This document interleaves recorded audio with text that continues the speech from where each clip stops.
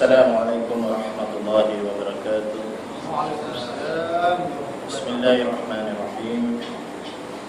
Alhamdulillahilladzi arsala rasulahu bil huda wa dinil haqq liyuzhirahu 'ala dini kulli wa karihal musyrikun. Asyhadu an la ilaha illallah wahdahu la syarika lah wa asyhadu anna Muhammadan abduhu wa rasuluh. Allahumma sholli wa sallim wa barik ala habibina wa syafi'ina wa dzikrina wa maulana Muhammad wa ala alihi wa sahbihi wa man sara ala nahjihi wa jahada bi jihadihi yaumiddin, amma ba'd. Qala rabbi shrah li sadri wa yassir li amri wahlul 'uqdatam min lisani yafqahu qawli. Ba'da qala Allah subhanahu wa ta'ala, subhanaka la ilma lana illa ma 'allamtana innaka antal alimul hakim wa la haula wa la quwwata illa billahil azim, amma ba'd.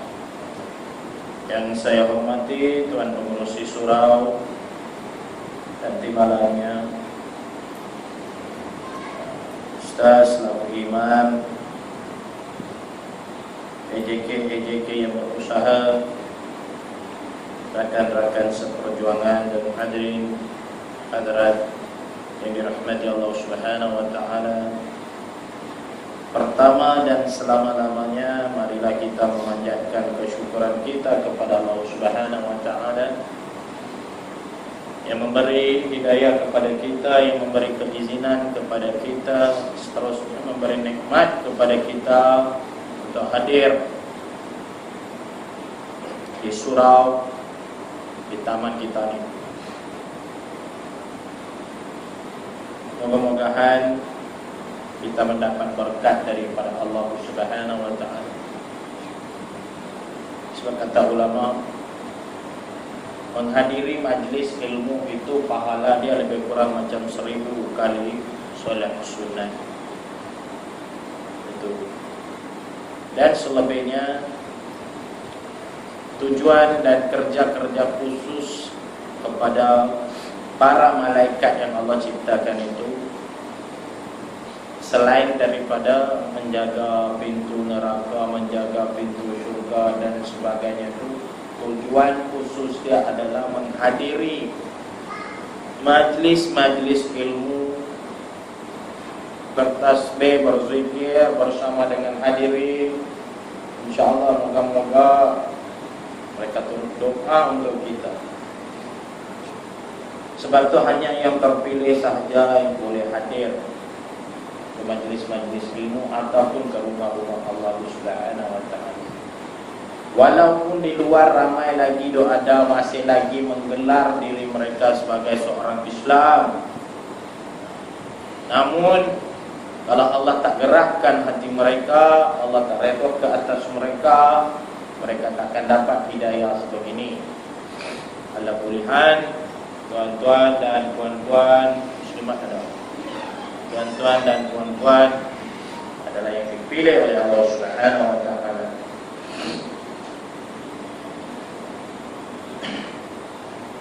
Islam, tuan-tuan dan puan-puan, satu agama yang Allah jadikan pada akhir zaman. Di akhir zaman Allah jadikan Islam ini pada akhir zaman. Allah ciptakan dunia ini, Allah berikan tanggungjawab ini kepada manusia. Allah jadikan manusia sebagai khalifatun fil ardh, yaitu khalifah untuk mentadbir bumi ini. Sebelum itu Allah dah beri tanggungjawab ini kepada semua yang lain, termasuk bukit bukau, pokok pohon dan sebagainya. Siapa pun tak nak memikul tanggungjawab. Jadi Allah memilih manusia. Allah beri tanggungjawab ini kepada manusia untuk mentadbir bumi ini. Daripada itu Allah mendidik manusia untuk mendekatkan diri kepada Allah Subhanahu wa taala. Allah sentiasa mengajar kepada manusia, tujuan Allah jadikan manusia ini untuk apa? Melalui seorang rasul ataupun melalui seorang nabi. Bermulanya daripada Nabi Adam dan akhirnya di dalam Nabi Muhammad sallallahu alaihi wasallam.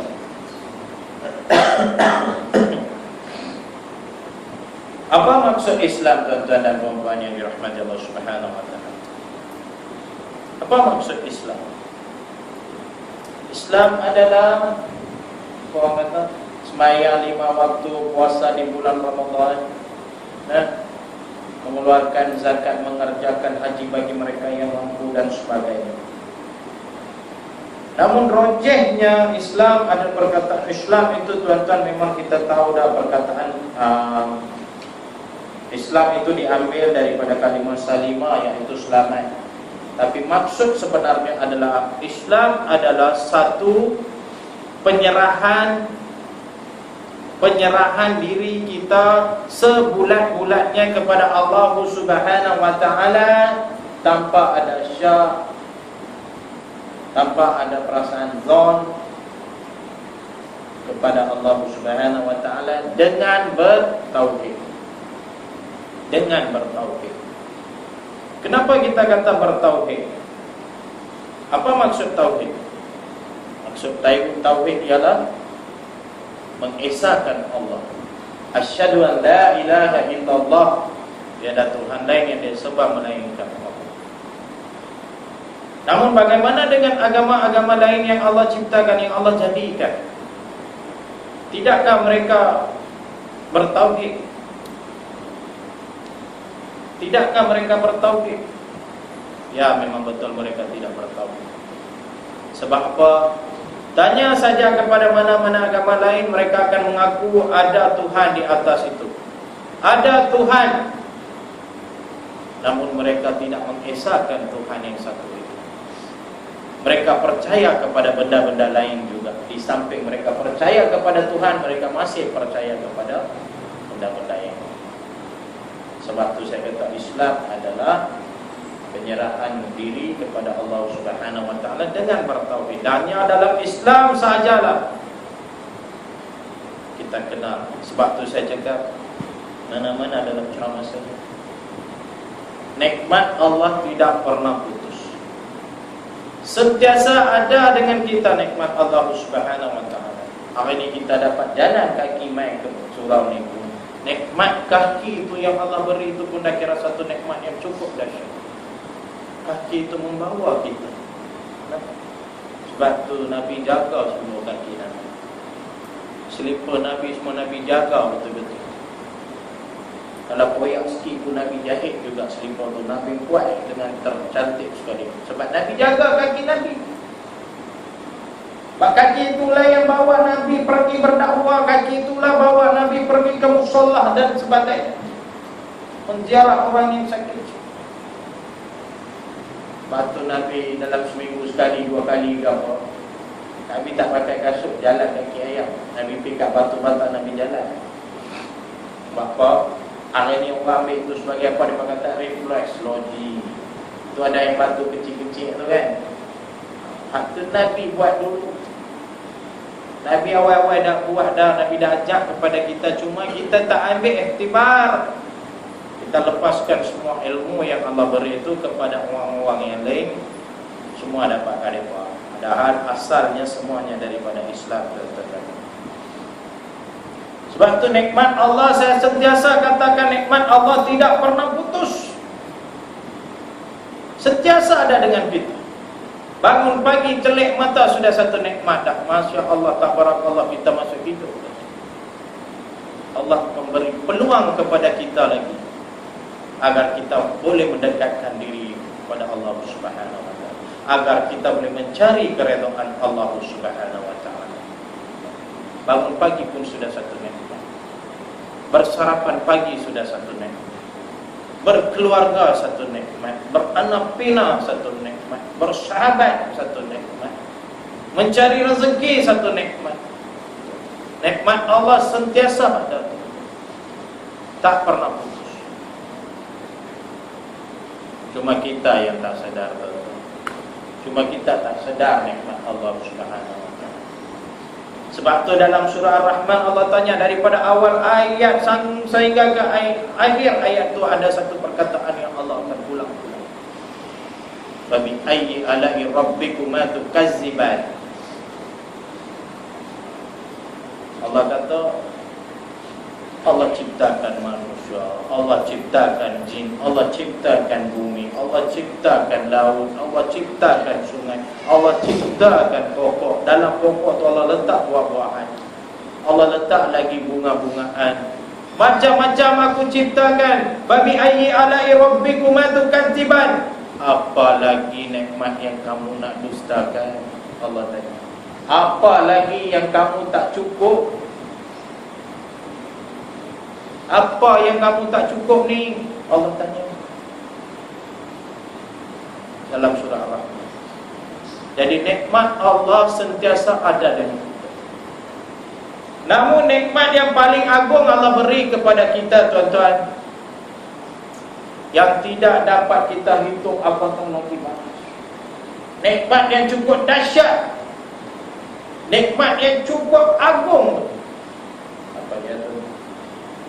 Iman dan Islam. Nikmat iman dan nikmat Islam ini bukan semua orang boleh dapat. Yang dapat hanyalah yang dipilih sahaja. Hanya yang terpilih sahaja boleh dapat nikmat ini. Sebab melalui nikmat inilah kita kenal siapa dia pencipta, siapa dia Tuhan yang sebenar-benarnya, tuan-tuan. Apa dia itu agama yang betul, agama yang mendidik manusia ke arah kebaikan. Apa dia agama tu? Kita akan kenal melalui nikmat iman dan Islam ini saja.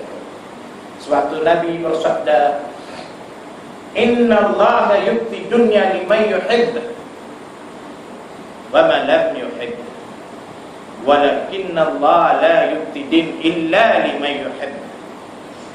Yang bermaksud, sesungguhnya Allah akan berikan dunia ini kepada mereka yang Allah suka dan kepada mereka yang Allah tak suka.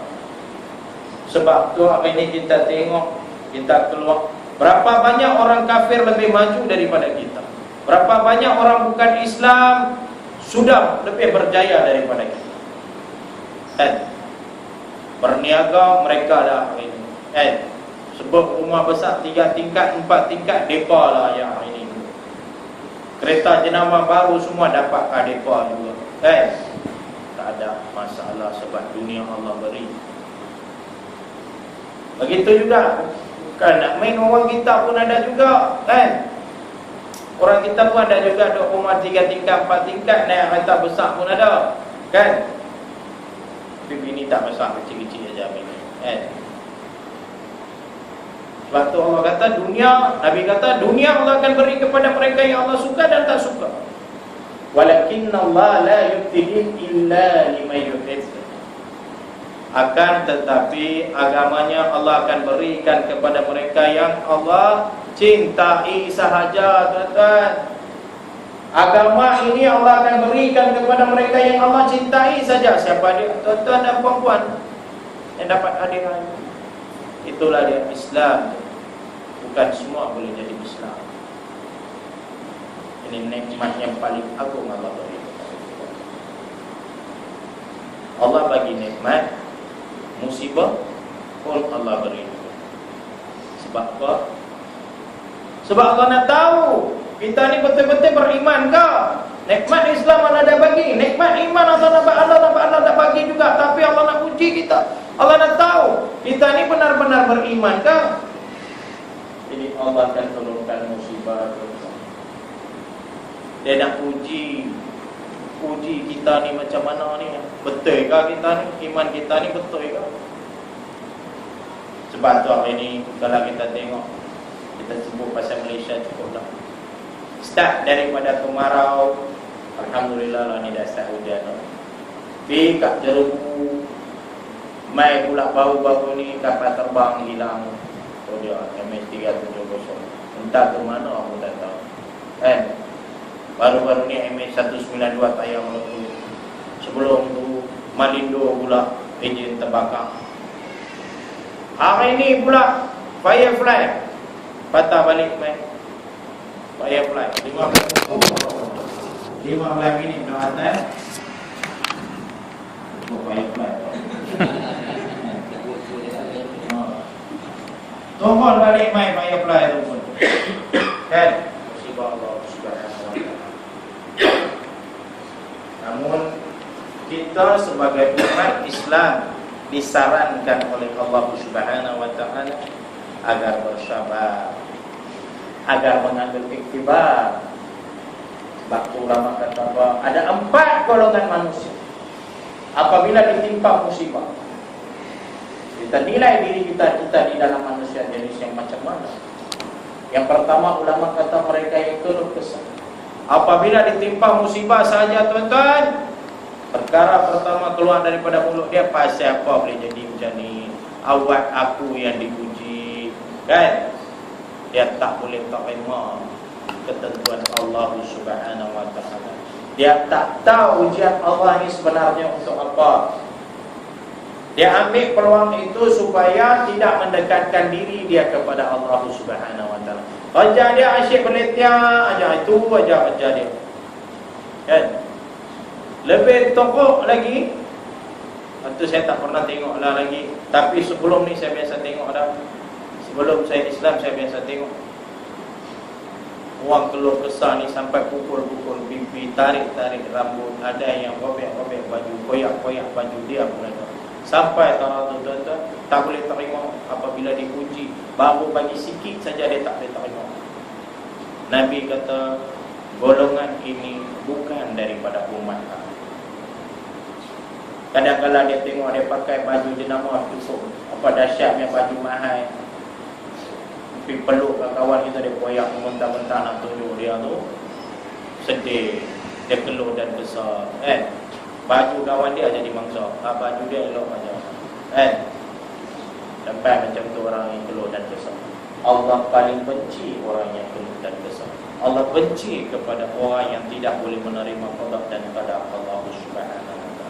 Sebab tu Nabi kata wa mu'mina bil qadari khairihi wa syarrihi min Allah, dan hendaklah kamu beriman pada qada dan qadar baik dan buruk itu semuanya datang dari Allah Subhanahu wa taala.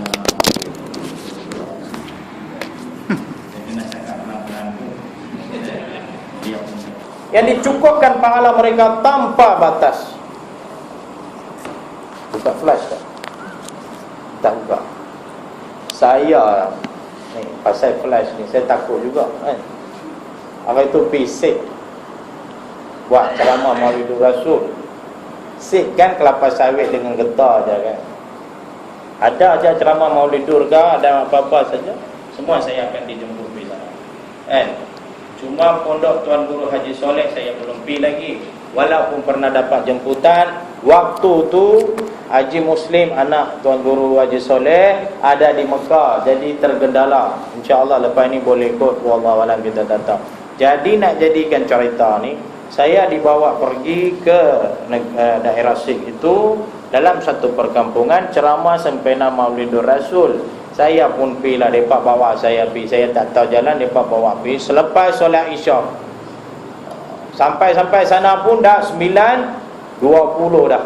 Tapi Alhamdulillah semua jemaah dia tunggu kedatangan saya, kan? Jadi ceramah dia tu di luar daripada masjid, di perkarangan masjid. Mereka tak buat pentas, mereka letak satu rostrum untuk, lepas tu letak satu mic bagi untuk saya bagi ceramah. Depan mereka pasang kemah, 2 biji kemah, kan? 2 biji kemah, perempuan dengan lelaki duduk dan dengar, kan? Saya pun pipi, saya tunggu dekat rostrum saya punya lama. Mereka pun dia tengok saya pasal apa, tak mula lagi. Saya pun dia tengok belum mula ke, pasal apa? Sebab dua-dua kemah tu penuh dengan lampu. Lampu pasang. Tempat saya lampu tak pasang. Tempat saya nak bagi ceramah abang lampu tak pasang. Tu saya dah ingat bila mereka nak buka. Rupa-rupanya memang tak ada lampu. Tu dia. Cuba bayang tengok. Gelap macam tu. Boleh nampak dah saya ni. Kan? Itu satu hal. Tapi nasib saya hari itu, saya pakai jubah putih dengan kopiah putih. Kan? Sekurang-kurangnya mereka tengoklah ada pergerakan sikit. Sampai macam itulah 1 jam ceramah saya. Jadi setiap kali saya tanya, bila ada ceramah lepas solat Isyak, saya akan tanya, di dalam masjid kah atau di luar masjid?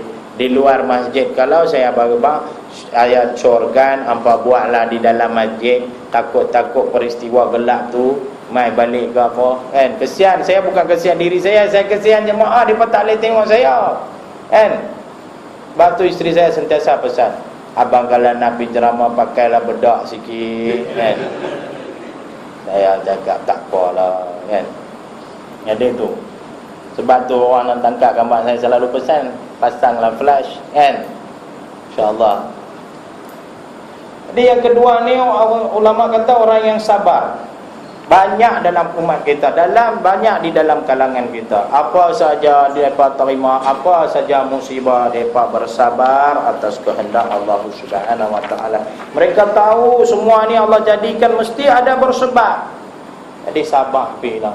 Dan Allah pun dah janjikan pahala yang tak terhingga, tiada batasan untuk orang yang sabar. Dan perkataan sabar banyak kita boleh temui dalam Al-Quran.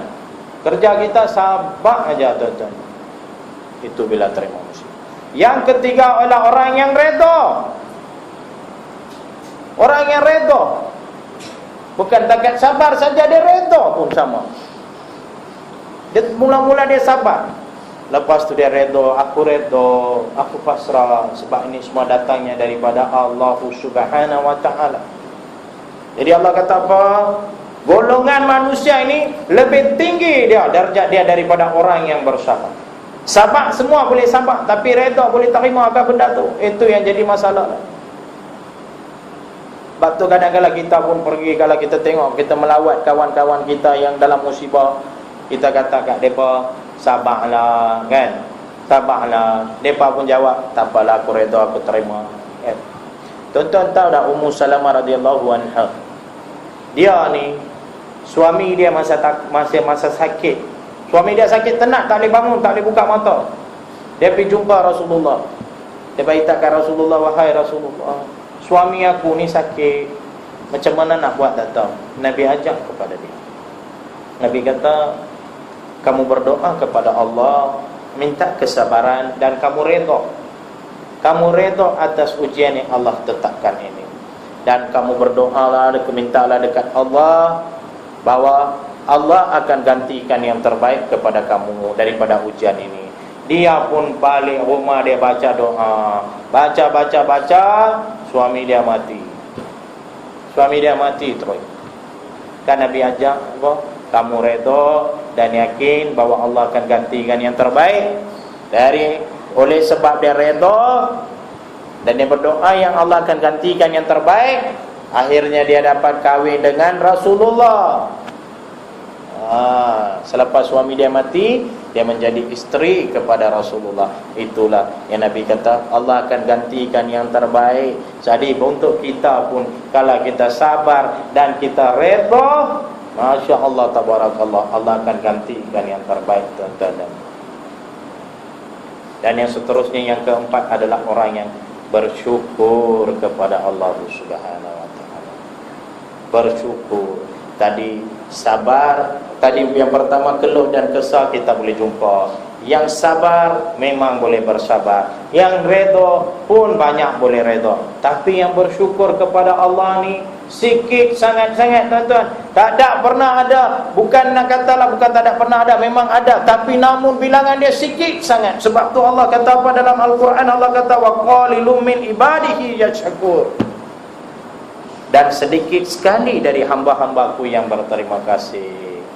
Ini Allah yang ngabak dalam Quran. Allah kata manusia kita ni sedikit sangat-sangat bersyukur kepada Allah Subhanahu wa taala. Kita tak pernah bersyukur atas nikmat yang Allah beri. Kita tak pernah bersyukur bila Allah jadikan musibah kepada kita, padahal kita bersedih ada. Walaupun kita sabar, walaupun kita redha, tapi kita tak pernah bersyukur kepada Allah. Sebab apa kita kena bersyukur? Sebab Allah sayang kepada kita. Sebab tu Allah uji kita. Jika Allah tak uji kita, kita pun tak tahu Allah sayang ke tak sayang kepada kita. Kita masa dulu dah bercinta pun dah uji buat apa, girlfriend kita betul tak kan? Ini betul-betul cinta aku ke tak? Ujung kita test dia kan? Ada juga kita buat. Tuan-tuan buat ke tak buat, tak saya pernah buat kan? Sampai macam tu kan? seminggu tak telefon dia saja. Kan? Tengok kalau dia ni cari aku kan tak cari. Alhamdulillah dia cari. Kan? Itu dulu. Jadi orang yang bersyukur ini tuan-tuan, Allah pun dah buat dah kecil sangat-sangat. Tak ada. Sangat sedikit. Kita tak pernah mulut kita nak berterima kasih kepada Allah Subhanahu wa taala.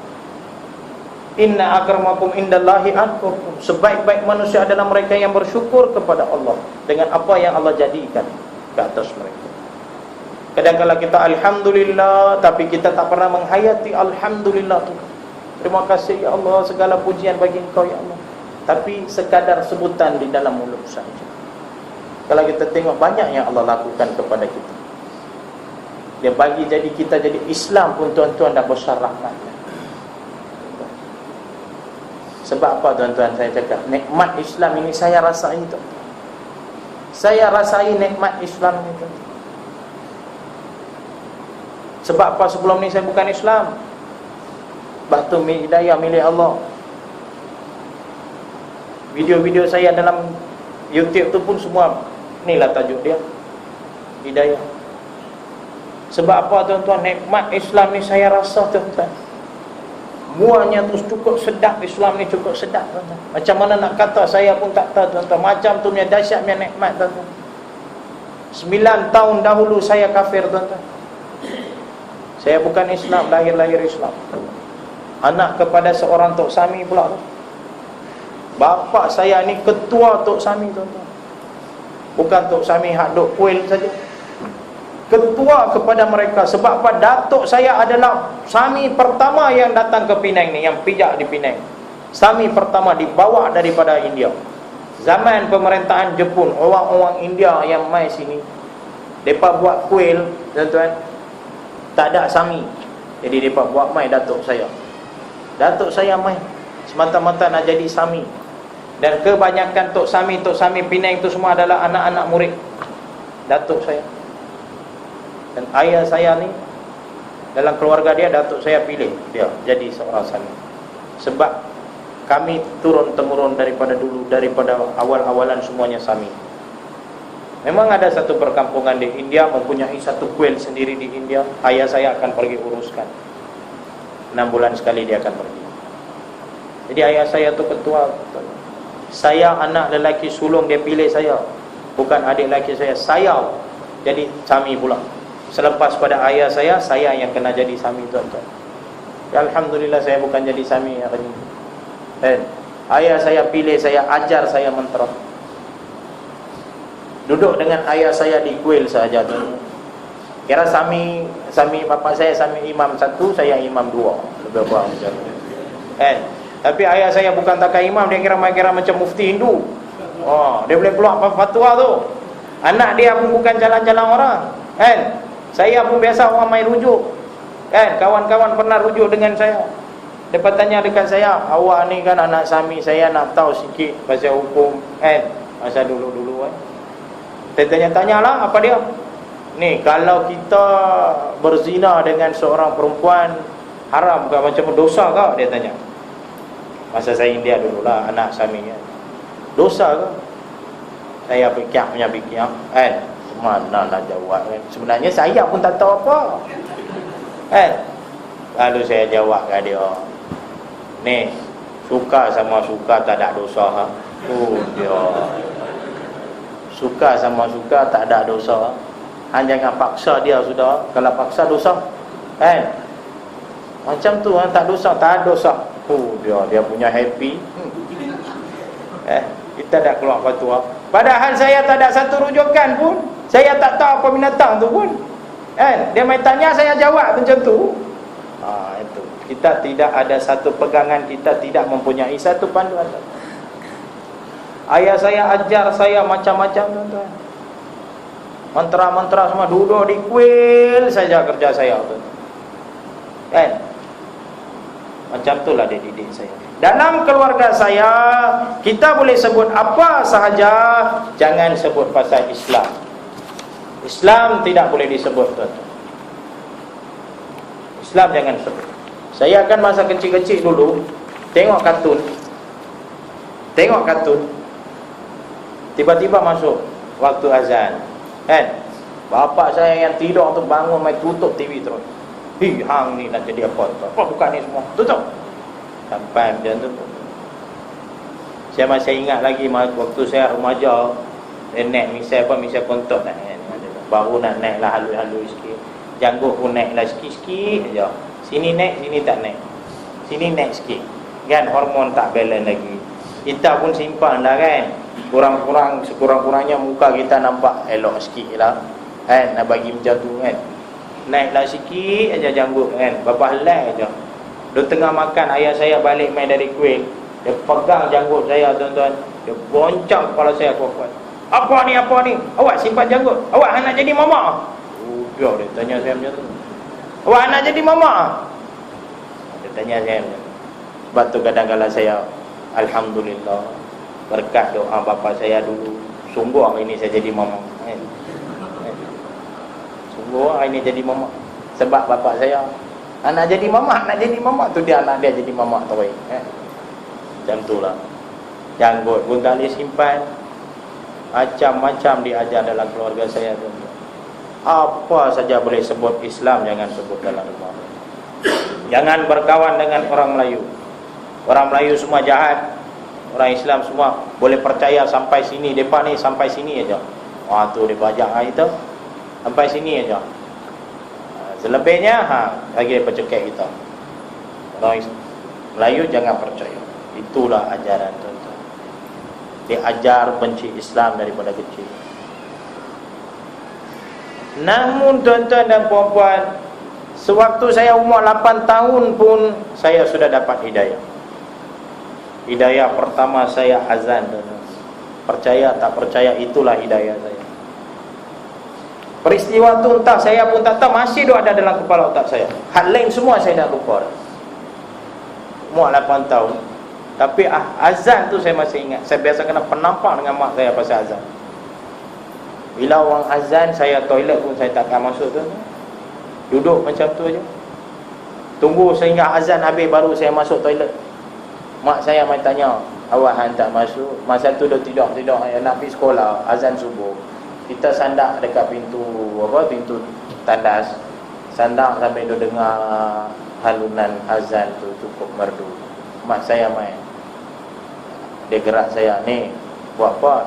Masih tak buka mata. Tak mandi ke? Saya cakap tunggu mak, orang duduk. Allahu Akbar, Allahu Akbar. Dah depan nampak saya ada debok dan tercelek situ terus. Hilang terus, mengantuk semua. Pergi mandi dia cakap. Apa kena mengena hang dengan apa orang Melayu Allahu Akbar tu? Itu tuan-tuan hidayah saya yang pertama umur 8 tahun. Tapi Allah tak tarik saya tuan-tuan. Tak tarik lagi Islam. Saya tak kenal lagi Islam sebab waktu tu kecil lagi. Sejak pada itu saya sudah mula fikir macam-macam berkenaan dengan berhala. Sebab itulah perkara pertama yang saya tolak, saya tak boleh terima selepas pada itu adalah berhala. Baru minda saya terbuka. Apa dia ni? Apa siapa kita sembah macam ni? Daripada situlah pencarian saya bermula tuan-tuan. Saya sentiasa berfikir, pasal apa begini ke keadaan tu? Kita punya cantik kan rupa kita. Walaupun saya hitam macam ni pun saya manis. Betul tak? Berani cakap tak?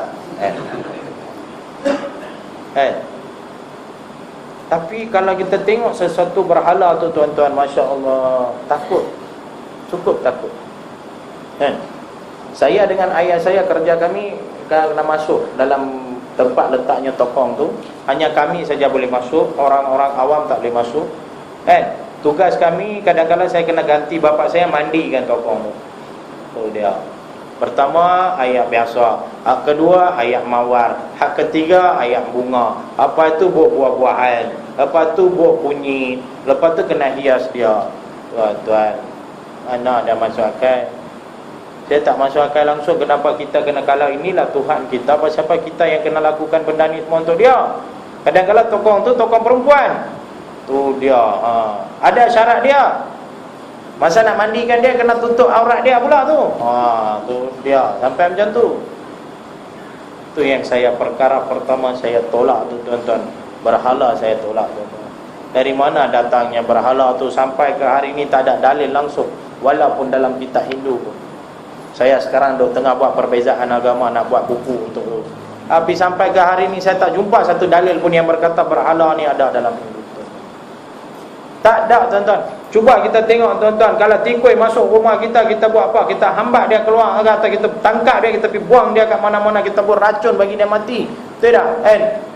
Tapi lagi masuk dalam internet, type tengok Red Temple dekat India tuan-tuan. Kalau surau kita punya besar macam tu punya kuil mereka buat, hanya memuja tikus saja. Tikus lah tokoh mereka. Tikus hidup. Pagi-pagi mereka buat, mereka ada belanga besar macam tu, periuk besar. Pagi-pagi setiap satu rumah mereka pergi bawa susu. Rumah ni pergi bawa susu. Lepas tu dia tikus semua main. Ribu-ribu ekor main minum susu tu. Dia punya belen-belen tinggal tu, mereka ambil minum. Berkat. Tuan-tuan fikir tengok tuan-tuan. Sebab tu saya kata, siapa kata ada kencing tikus bohong. Kan? Mereka bukan takat kencing tikus, macam-macam daripada makan dah tak ada apa, sihat lokal. Kan? Tu sami dia pula tu, ya Allah, sambil dia makan sikit, badan penuh dengan tikus. Suap sini, suap sini. Cubalah, saya tak bohong, tengoklah dalam internet tuan-tuan. Kan? Tu dah edar dah tu, tabung. Tuan-tuan bola tuan-tuan, saham akhirat tuan-tuan. Nabi kata sedekah tu tak pernah menghapuskan, mengurangkan harta kita, padahal tambah lagi ada tuan-tuan. Kan? Artinya seorang anak Adam putusnya segala-galanya melainkan 3: anak yang soleh, kan, ilmu yang manfaat, dan sedekah tuan-tuan. Inilah yang akan mai sebagai kita punya lawyer nanti. Saya biasa pernah sekali dalam ceramah saya, macam ni lah, tabung dia beredar pergi ke belakang tu, tengok, ambil seorang budak, dia ambil tabung tu letak depan dia. Dia tak buat apa, dia ambil letak depan tu, dia gelak aja dekat tabung tu. Dia gelak saja dekat tabung tu. Saya tengok pun pelik, budak ni saya kira nak balai duit apa. Mesti ni ada something ni kan. Saya pun pergi kat dia, tanya kat dia, adik, ni pasal apa tak bawa duit ni, ambil tabung ni duk gelak saja pasal apa? Dia kata, ustaz, saya sebenarnya tak ada duit. Tapi orang tua-tua kata senyuman itu sedekah. Saya senyumlah dekat tabung tu. Saya pun jadi pening nak jawab apa dah. Saya kata senyumlah banyak-banyak, janji jangan bawa balik tabung tu sudah. Dia pandai budak-budak kita tu. Jadi apa kata orang India sebenarnya tuan-tuan? Dia kata semuanya adalah Tuhan. Semua adalah Tuhan. Sebab tu hari ni kalau kita tengok bintang, matahari, bulan, sungai, lagi apa dia, pokok, lembu, ular, tikus, semua jadi Tuhan bagi dia. Sebab dia kata semua adalah Tuhan. Benda pelik semua Tuhan. Kan? Esok tengok pokok semacam aja, kalau pelik tu dia lusa akan jadi tokong. Pokok tu betul sungguh, saya tak tipu. Benda yang betul. Berbalik dengan kita. Kita kata semuanya adalah milik Tuhan. Itu yang membezakan kita dengan mereka. Itu yang tadi saya cakap, Islam ini bertauhid. Sebab kita mengesahkan Allah. Mereka ini walaupun mereka kata atas itu ada seorang Tuhan, biarlah dia siapa pun, tapi mereka tidak bertauhid. Di samping mereka percaya atas itu, mereka masih percayakan benda-benda yang pelik. Itu beza dia. Jadi saya tak boleh terima tuan-tuan. Saya nak pendekkan sikit. Saya mencari, bila saya dah makin membesar, makin buka minda saya keluar, saya pergi cari kebenaran lagi. Saya nak cari kebenaran saja. Matlamat saya nak cari kebenaran, dan jiwa saya duk tengah kacau ni nak mencari ketenangan untuk dia. Kan? Jadi saya keluar, saya pergi jumpa kawan-kawan saya cerita dekat kawan-kawan saya semua. Benda-benda macam ni. Ada setengah-setengah kawan setuju, setengah-setengah tak setuju. Tuan-tuan tahu dah, saya walaupun anak Sami dulu, saya pun pergi kuil sembahyang juga. Kadang-kadang saya cuti dengan bapa saya bawa kawan-kawan saya pergi kuil. Kalau ada perayaan apa-apa kan, saya pergi kuil. Saya pergi dengan kawan-kawan saya, kami ada 2 grup. Satu grup jaga di luar kuil, satu grup kami semua masuk dalam kuil. Kami masuk dalam kuil bukan nak sembahyang tuan-tuan. Saya pergi dengan kawan-kawan saya hanya untuk mengorat perempuan. Itulah kerja kami, kan? Tokong dia duduk tengah-tengah. Sini belah sini lelaki, belah sini perempuan, kan? Semua kena pandang ke sini, tapi kami sentiasa pandang ke mata, memandang mata. Saya ketuk kawan saya, sambil tangan macam ni, saya ketuk kawan saya kata, ni hang tengok sari merah tu, punyalah cantik kan. Kawan saya kata, tu dia hang tengok belakang dia tu, hak sari warna hijau tu punya lagi cantik tu. Tu dia. Itulah kerja kami. Bila kami tahu dah habis dah semayang, bila Tok Sami bawa amal api, ambil berkat daripada api, kena, apa pandai ni? Oh, rupa-rupanya Allah. Udah habis semayang dah, barulah kami kali, oh tokong, kesian kat tokong mereka tu kan. Hak yang lagi satu grup kawan saya hak duduk luar tu, itu bukan apa, itu curi kasut. Itulah kerja kami tuan-tuan. Itulah yang kami buat kan. Sebab tidak ada satu panduan, sebab tidak ada satu pegangan tuan-tuan. Semuanya gunakan akal fikiran kita tuan-tuan. Mereka tengok kita ni ada muka kan. Jadi Tuhan yang ciptakan kita pun ada muka. Mereka buatlah wajah muka, wajah satu kan, buat ukir muka. Kita ni manusia biasa, muka satu. Tuhan luar biasa. Tu dia kiri kanan belakang semua muka penuh. Jeng macam ni banyak kan. Kita ni ada tangan kan. Jadi Tuhan pun mesti ada tangan. Kita manusia biasa tangan satu. Tuhan luar biasa, tu dia tangan punya banyak, kiri kanan. Tapi pelik nampak dah tuan-tuan, kaki tetap dua. Awak kaki pun tak apa banyak kan. Cerdik dia buat kan. Sebab apa? Kepala otak dia pun cakap macam tu. Kita makan, Tuhan makan tak? Tu dia masak semua sedap-sedap buat hidang kat Tuhan. Bukan Tuhan makan, ala mereka juga makan kan. Jadi sebab apa? Akal kita ini bila kita guna untuk berfikir, bagus untuk berfikir, tapi kena selipkan unsur berzikir tuan-tuan. Yang tu hanya orang Islam saja boleh buat tuan-tuan. Sebab tu saya sentiasa akan cakap, fikir sambil berzikir. Fikir dan berzikir. Masya Allah, tu dia punya besar pokok ni, macam mana dia jadi ya? Tu dia punya kuasa Allah lah ni. Allah punya kerja lah ni. Masya Allah, kita ingat kepada Allah. Sebab tu saya cakap kita sambil kena berzikir. Kalau kita fikir kan, macam mana pokok ni boleh jadi ya? Sampai bila-bila pun tak boleh habis tuan-tuan. Jadi bila kita fikir dan berzikir, kita akan tahu Allah yang jadikan dia tu mesti ada sebab. Itu cara orang Islam nak kena fikir tuan-tuan. Jadi bila saya cerita dekat kawan-kawan saya, keengganan saya nak terima agama Hindu ni, walaupun saya anak Sami, kawan-kawan saya setengah terima, setengah tak terima. Setengah yang terima tu bawa saya pergi jumpa pula satu lagi agama baru. Itulah dia agama Buddha tuan-tuan. Agama Buddha, agama orang Cina lah kan. Mereka bawa saya pergi ke Raja Uda satu kuil, temukan saya dengan seorang Tok Sami Buddha, Tok Sami Cina. Jadi saya pun masuklah dalam jemaah mereka tu, duduk dengan mereka. Saya selalu duduk ujung, paling ujung sekali. Mereka pun bacalah mantra apa, saya tak pun tak tahu, saya pun tak boleh nak baca, saya pun goyang-goyang kepala dengan mereka kan. Janji dapat makan lagi lepas tu kan. Ingat tu saja. Pi sana. Saya duduk setiap satu slot tu saya tak punya ketenangan dan kekhusyukan dalam hati. Sebab apa? Kalau kita tengok sejarah Buddha tu tuan-tuan, tahu tak Buddha tu siapa sebenarnya yang daripada semayang yang Buddha tu tidak tu, perut besar tu. Dia ni sebenarnya seorang anak raja Hindu. Anak raja Hindu kan. Duduk dalam istana saja, tak pernah keluar daripada istana. Kahwin anak semua buat dekat istana tu saja, anak raja. Jadi satu hari dia curi-curi keluar dengan kawan-kawan dia saja nak pergi tengok dunia luar tu, luar daripada istana macam mana. Dia pipi sana, dia jadi terkejut.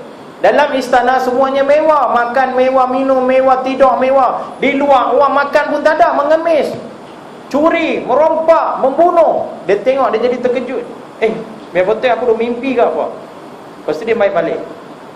Dalam istana dia duduk fikir, siapa benda ni boleh jadi ya? Aku tengok tu betul ke?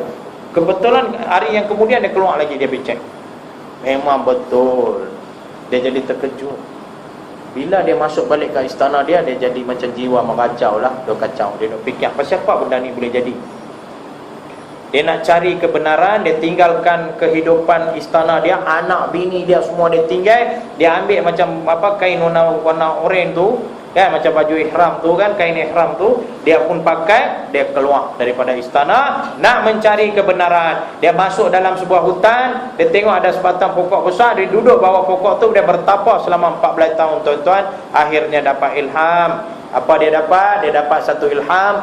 Kenapa benda ni boleh berlaku? Kenapa berlaku rompak-rompakkan, curi mencuri, bunuh membunuh? Jadi dia dapat ilham. Dia main-main sekembalinya dia ke daerah dia bawa satu ajaran baru, iaitu ajaran Buddha, 8 Noble Path. Dia cakap, saya ingat 2 saja, 6 saya lupa dah.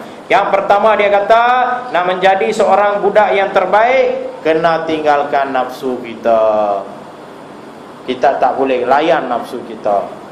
Sebab tu hari ni kalau kita tengok sami-sami budak kan, mereka pergi mengemis, mereka bawa apa, kadang-kadang mereka bawa periuk sekali kan, mereka pergi mengemis. Sebab tak boleh ada keinginan. Ui sedapnya, tak boleh. Ui cantiknya, tak boleh. Boleh ke tuan-tuan? Cuba fikir tengok kan. Nafsu ni Allah bagi kepada kita, Allah bagi kepada kita.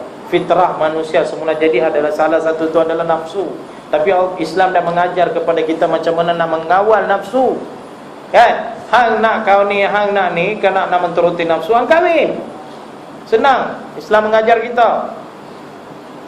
Jadi itu ajaran yang dibawa oleh Buddha. Yang kedua dia cakap apa? Manusia menjadi apa, lebih kurang jadi macam ni, buas ni sebab dia makan daging, dia cakap. Kita makan daging, kita bunuh satu nyawa, sebab tu kita jadi macam ni, dia kata. Jadi berhenti makan daging, tak boleh makan daging, vegetarian saja, makan sayur-sayuran, tak boleh bunuh nyawa. Tu saya tanya, habis pokok-pokok semua tak ada nyawa ke? Kan? Hari ni kita dapat gas oksigen pun, kita sedut oksigen pun dari pokok. Kalau semua tu kita tebang habis, esok kita matilah, kan? Jadi itu dia bawa mai satu ajaran yang bagi dia munasabah untuk zaman dia tu. Bukannya untuk kesinambungan manusia, tak boleh. Kalaulah kita ikut budak, nak kahwin pun tak boleh, nak lahirkan anak pun tak boleh. Jadi tak adalah manusia. Akan jadi macam tu lah, kan? Jadi saya duduk dalam Buddha 3 tahun tuan-tuan. Tapi setiap kali kadang-kadang kalau saya tak pi, kalau saya tak pi lah dia punya zikir tu, zikir munajahat dia tu, kan, Tok Sami dia boleh tahu tuan-tuan. Pernah sekali dia panggil saya, Syamuga mari sini. Udah saya pun pergi. Minggu sudah kamu tak main. Terkejut saya tuan-tuan. Udah punya warak, punya Tok Sami ni, punya alimnya. Dia ni ada power apa tak tahu kan. Aku tak pi pun dia boleh cam, aku tak pi macam mana ni kan. Dah lah aku duduk kat hujung sekali kan. Macam mana dia boleh tahu no? Ni mesti ada ilmu ni kan. Rupanya bukan apa tuan-tuan.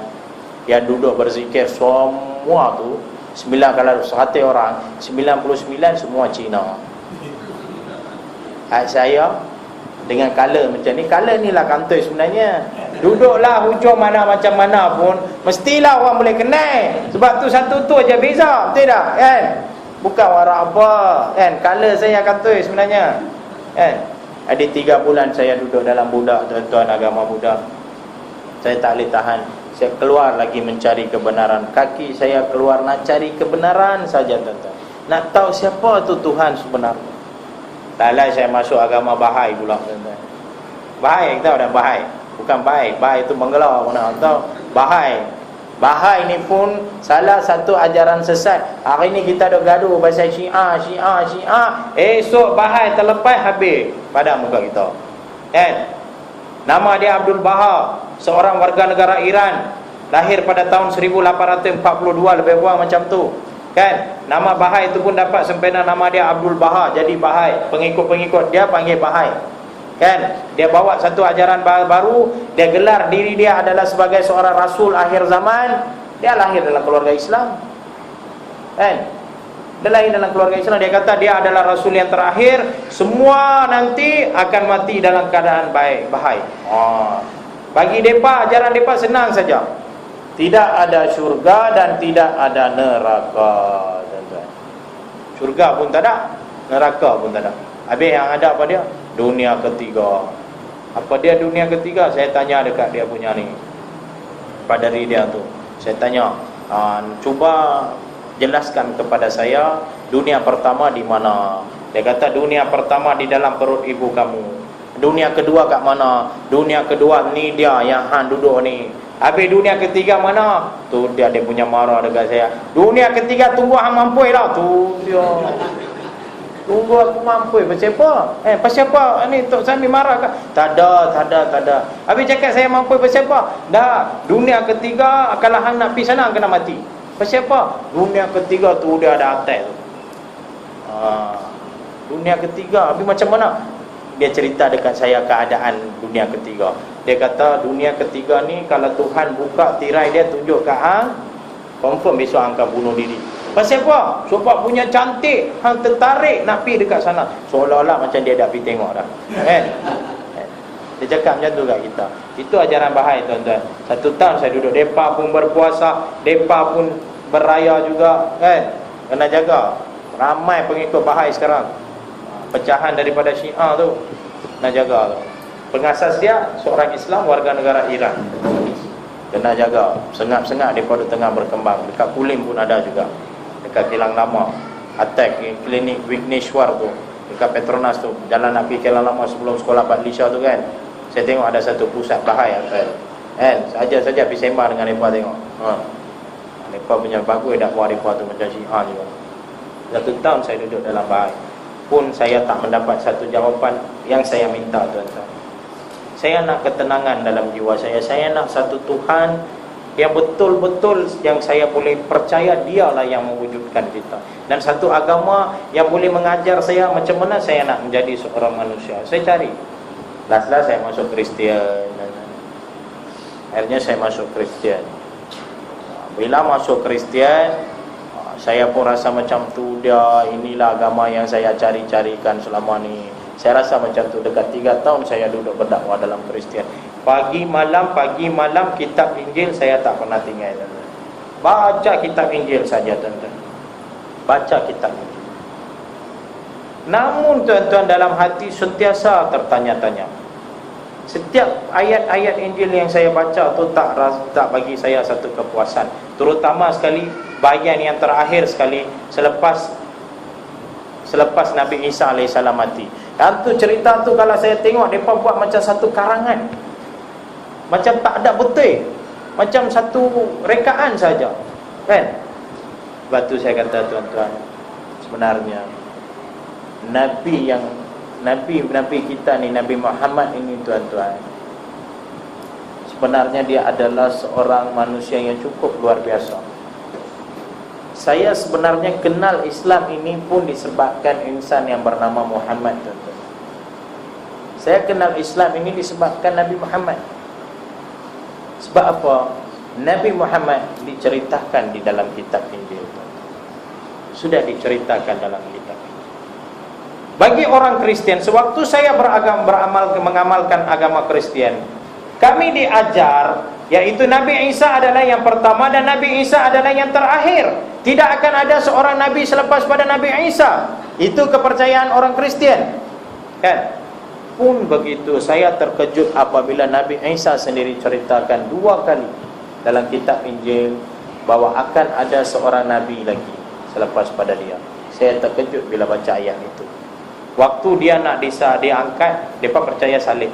Waktu dia nak diangkat ke langit, dia ceritakan dekat sahabat dia, kan, hampa jaga diri hampa baik-baik, ikutlah apa yang saya ajar. Sahabat dia tanya, kalau kamu tinggalkan kami, siapa nak jaga kami? Nabi Isa kata apa? Akan turun lagi seorang Nabi. Dia tanya, macam mana kami nak kenal Nabi ni? Nabi yang akan datang ini, kalau dia mengaku kewujudan aku, dia kata aku ini adalah salah seorang utusan Allah, maka dia adalah Nabi yang betul dan dialah Nabi utusan yang terakhir. Padahal kalau dia kata Nabi Isa tak pernah wujud, dia adalah Nabi yang palsu. Itu dia.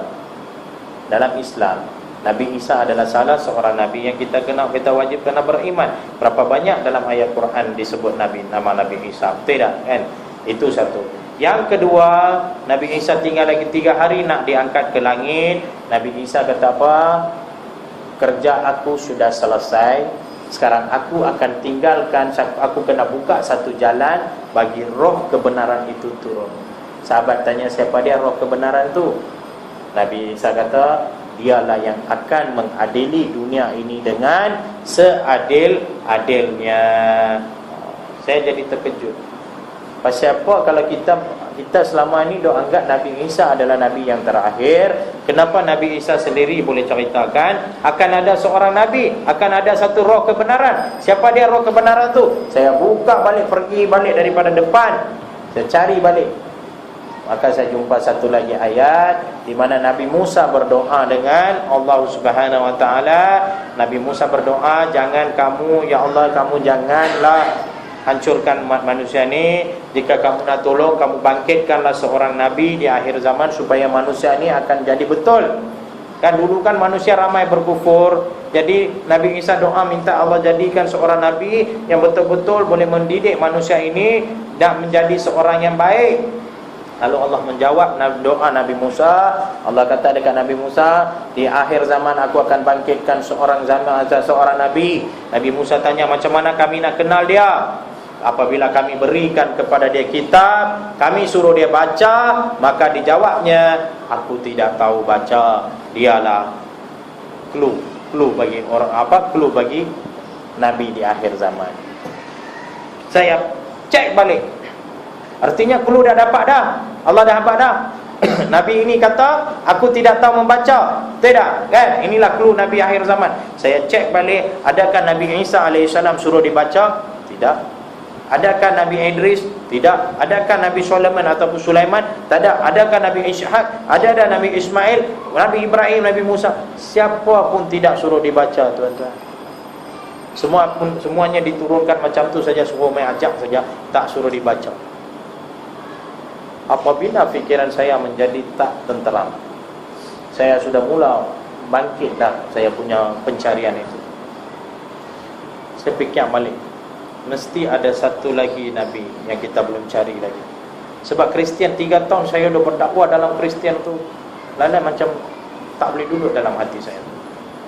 Maka saya keluar, saya pergi cari lagi. Saya tengok Islam sajalah yang saya belum masuk lagi. Tapi saya tak nak masuk Islam, saya takut tengok perangai orang Melayu kita masa tu, tuan-tuan. Sebab saya pernah jadi mangsa buli, kan? Jadi saya beranikan diri saya juga. Entah wallahu alam, saya pun tak tahu, kemungkinan besar ini adalah panggilan Allah, saya pun tak tahu. Masa saya untuk nak Islam ke apa sudah sampai ke apa saya tak tahu. Saya beranikan diri saya pergi beli buku sejarah Islam tingkatan 6. Saya belajar Islam, saya kenal Islam. Saya baca kisah Nabi dulu, tuan-tuan, Nabi Muhammad. Sebab tu saya cakap, saya kenal Islam ini pun disebabkan insan yang bernama Muhammad ini. Masya Allah, tabarakallah. Kalau kita tengok wahyu pertama yang Allah turunkan kepada kita, Iqra, bacalah. Jadi saya pergi balik, saya cek balik dalam kitab Injil, Nabi utusan akhir zaman, iaitu roh kebenaran itu adalah siapa? Allah kata apa? Bila kita bagi kitab kepada dia, suruh dia baca, dia akan jawab, aku tidak tahu membaca. Apabila malaikat Jibril bawa mic wahyu daripada Allah, malaikat Jibril suruh Nabi Muhammad baca. Nabi Muhammad kata apa? Aku tidak tahu membaca. Baru saya match balik ayat tu. Masya Allah, tabarakallah. Sebenarnya Nabi Muhammad inilah yang dimaksudkan oleh Allah di dalam kitab Injil itu, tuan-tuan. Sebab tu kita diberikan seorang Nabi yang cukup dahsyat, tuan-tuan, cukup luar biasa. Sebab tu dalam Quran kita tengok semua Nabi Allah panggil dengan nama mereka, tidak, kan? Ya Ibrahim, ya Musa, ya Isa. Tapi Nabi Muhammad Allah tak sebut nama. Allah panggil ya Rasul, ya Nabi, ya Yasin, ya Muzammil. Macam-macam gelaran yang Allah beri. Kita tengok, tuan-tuan, lebih kurang 300 Nabi, 25 Rasul, utusan Allah. Tidak ada seorang Nabi, tidak ada seorang Rasul pun Allah selawat ke atas mereka melainkan Nabi Muhammad SAW. Punya kasih Allah Subhanahu Wa Taala, tuan-tuan, kepada Nabi Muhammad. Saya kenal Islam ni pun disebabkan Nabi Muhammad. Dan akhirnya saya mula mentelaah pelan-pelan